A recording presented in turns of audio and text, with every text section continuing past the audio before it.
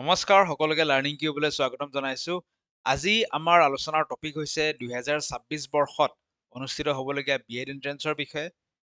গুৱাহাটী ইউনিভাৰ্চিটিৰ আণ্ডাৰৰ বিএড এন্ট্ৰেন্সত এইবাৰ 1 ইয়াৰ BEd degree কৰাৰ সুযোগ আমি লাভ কৰিম নে নকৰিম সেই বিষয়ে কথা পাতিম আৰু বিএড এন্ট্ৰেন্সৰ যি চিলেবাছটো আমি চমুকৈ চকু ফুৰাম যাতে প্ৰিপাৰেশ্যনসমূহ আৰম্ভ কৰিব পাৰো সোনকালে।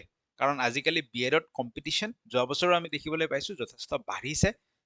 যোৱা বছৰ আগৰ তুলনাত 2022-21-23ৰ তুলনাত বা 24ৰ তুলনাত 2025ত কম্পিটিশ্যন যথেষ্ট হাই হৈছে।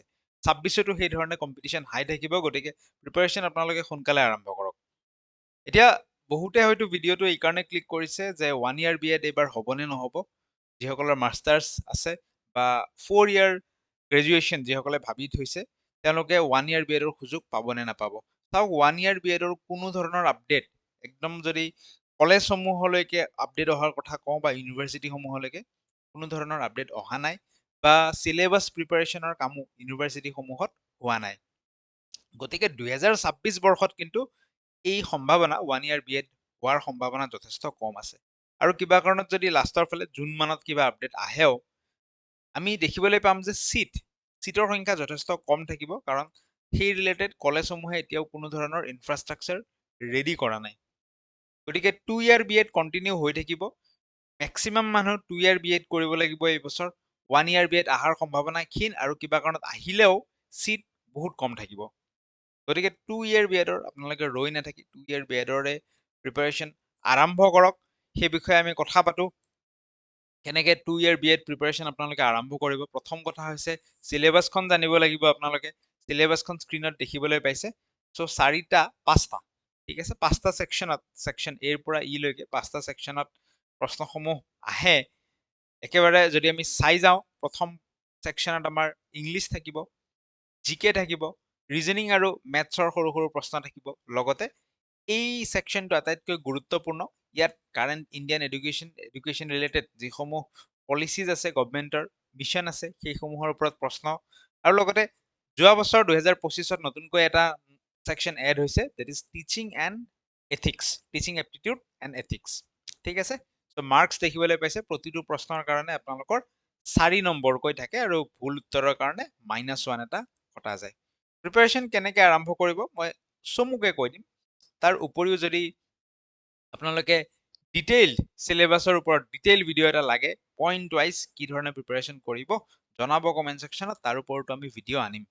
লগতে জনাই থওঁ যে আমাৰ তৰফৰ পৰা, লাৰ্ণিং কিউবৰ তৰফৰ পৰা এখন গাইডবুক প্ৰিপাৰেশ্যন কৰি থকা হৈছে। গাইডবুক এখন প্ৰস্তুত কৰি থকা হৈছে। খুব কম দিনৰ সময়ত এই গাইডবুকখন আপোনালোকৰ মাজলৈ আহিব। গাইডবুকখন আপোনালোকে পাৰচেজ কৰিব পাৰিব। ইবুক আকাৰে থাকিব, PDF ফৰ্মত থাকিব। চিলেবাছৰ গোটেইখিনি সাঙুৰি এই গাইডবুকখন থাকিব। ঠিক আছে, চ' গাইডবুকখন পাবলৈ যোগাযোগত থাকিব আমাৰ লগত। মই ভিডিঅ'ৰ শেষত ক'ম কি ধৰণে যোগাযোগ কৰিব আপোনালোকে। চিলেবাছৰ অলপ থুলমূলকৈ কৈ দিছোঁ। যিসকলে চেল্ফ প্ৰিপাৰেশ্যন কৰিব বিচাৰে কেনেকৈ এই চিলেবাছখন প্ৰিপেয়াৰ কৰিব, ভাল মাৰ্কছ কেনেকৈ আনিব মই কৈ দিছোঁ। চমুকৈ ক'ম, প্ৰেক্টিকেল পইণ্টত কথা ক'ম, আননেচেচাৰী ঘূৰাই নুফুৰোঁ। চাওক, ইংলিছত কি কৰিব। ইংলিছত কি আছে? টেন্স আছে, ভইচ আছে, নেৰেশ্যন আছে, প্ৰিপজিশ্যন আছে, চেণ্টেন্স কাৰেকশ্যন, কম্প্ৰিহেনশ্যন আছে। ঠিক আছে, বাকী ভকেবুলাৰী আছে। ভকেবুলাৰী আচলতে বহুত পঢ়িব লাগে, কি আহে কি নাহে, কমন পৰে নপৰে তাৰ কোনো গেৰেণ্টি নাই, কিন্তু গ্ৰামাৰ ছেকশ্যনটো আমি জানি থোৱা দৰকাৰ। ইয়াৰ কাৰণে আপোনালোকে কি কৰিব জানে? এই যে ক্লাছ 10ৰ যে কুৱেশ্যন বেংকখন থাকে, RG's কুৱেশ্যন বেংকখন, ৰঙা বা গুলপীয়া ৰঙৰ যে কিতাপখন, ক্লাছ 10ৰ মেট্ৰিক দিয়া ল'ৰা এজনৰ পৰা বা যোৱা বছৰ মেট্ৰিক দিয়া কাৰোবাৰ যদি আছে তেনেকুৱা কুৱেশ্যন বেংক এখন আপোনালোকে যোগাৰ কৰক। তাত যিসমূহ টেন্স, কাৰেক্ট টেন্সৰ কুৱেশ্যনছ আছে, ভইচ, নেৰেশ্যন, প্ৰিপজিশ্যন, ঠিক আছে, চেণ্টেন্স কাৰেকশ্যন, তাত যিসমূহ আছে সেই প্ৰশ্নকেইটা আপোনালোকে কৰিবলৈ চেষ্টা কৰক বা কাৰোবাৰ পৰা সেই প্ৰশ্নকেইটা কেনেকৈ ছল্ভ কৰে শিকি লওক। চাব, একদম প্ৰেক্টিকেল চলিউশ্যনৰ কথা কৈছোঁ। তাৰ বাহিৰে বেলেগ আৰু একো কৰাৰ প্ৰয়োজন নাই। কাৰণ মই নিজেও এণ্ট্ৰেঞ্চ দিছোঁ। সেই সময়খিনিতে পঢ়া, ক্লাছ 10ৰ সময়তে গ্ৰামাৰ শিকিছিলোঁ, কুৱেশ্যন বেংকৰ কুৱেশ্যনখিনি ছল্ভ কৰিছিলোঁ। পিছত যেতিয়া 4 বছৰ 5 বছৰ পিছতো বিএড এণ্ট্ৰেঞ্চ দিছোঁ, গোটেইখিনি কুৱেশ্যন ছল্ভ কৰিব পাৰিছোঁ। চ' একদম প্ৰেক্টিকেল চলিউশ্যন দি দিলোঁ সেইকাৰণে। হ'ব, জেনেৰেল নলেজত আপোনালোকক কৈ দিছে Indian history, Indian polity, science আৰু কাৰেণ্ট এফেয়াৰ্ছ। হিষ্ট্ৰীৰ আপোনালোকে যিখিনি ফ্ৰীডম ষ্ট্ৰাগল আছে, মডাৰ্ণ ইণ্ডিয়ান হিষ্ট্ৰী বুলি যিখিনি কয় সেইখিনিৰ ওপৰত গুৰুত্ব আৰোপ কৰক, সেইখিনি পঢ়িবলৈ চেষ্টা কৰক। ইণ্ডিয়ান পলিটিত ঠিক সেইধৰণে পঢ়িবলৈ চেষ্টা কৰক।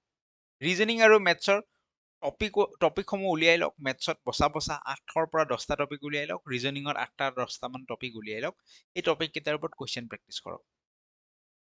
কাৰেণ্ট ইণ্ডিয়ান এডুকেশ্যনৰ ওপৰত কি কৰিব চাওক, যদি আপোনালোকে মই যে গাইড বুকখনৰ কথা ক'লো, গাইড বুকখনততো কাৰেণ্ট ইণ্ডিয়ান এডুকেশ্যনৰ যিমানবোৰ টপিক আছে, NEP হৈ গ'ল, NEP 2020ৰ উপৰিও NEP 1968, 1986, সৰ্বশিক্ষা মিছন, SSA বুলি ক'লে বৰ্তমান সমগ্ৰ শিক্ষা হৈ গ'ল।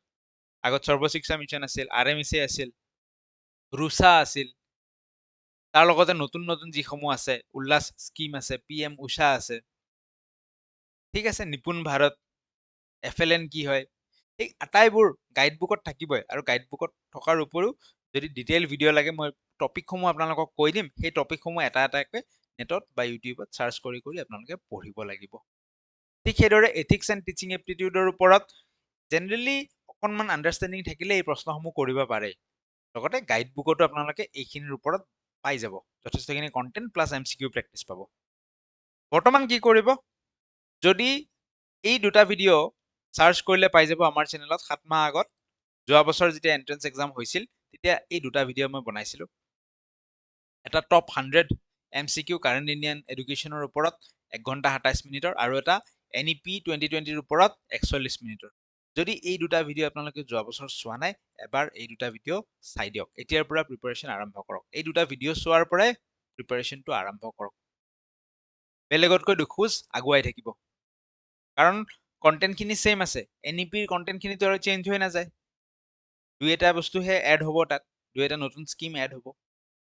কাৰেণ্ট ইণ্ডিয়ান এডুকেশ্যনৰ আগৰ যিখিনি কনচেপ্ট আছে সেইখিনিতো চেঞ্জ হৈ নাযায়। এই দুটা ভিডিঅ'ৰ পৰা আপোনালোকে প্ৰিপাৰেশ্যন আৰম্ভ কৰক। যোৱা বছৰ চোৱা নাছিল যদি এই বছৰ চাই দিয়ক, যোৱা বছৰ চাইছে যদিও ৰিভিজন আকাৰে ভিডিঅ' দুটা চাওক। তাৰপিছত বাকী লাহে লাহে মই কৈ থাকিম। চেনেল ছাবস্ক্ৰাইব কৰি থ'ব আপোনালোকে। ডেছক্ৰিপশ্যনত হোৱাটছএপ গ্ৰুপৰ লিংক থাকিব, B.Ed entrance WhatsApp group, join হৈ লওক। সেই গ্ৰুপৰ জৰিয়তে আমি প্ৰিপাৰেশ্যন আগবঢ়াই যাম। আৰু লগতে গাইড বুকখন যেতিয়া আমাৰ আহিব, কিছুদিনৰ পিছতে আহিব, সেই গ্ৰুপত মই জনাই দিম। ঠিক আছে, থেংক ইউ ছ' মাছ। এইখিনি আছিল আজিৰ ভিডিঅ'ৰ জৰিয়তে। কিবা যদি আপোনালোকৰ জানিবলগীয়া থাকে কমেণ্ট ছেকশ্যনত জনাব।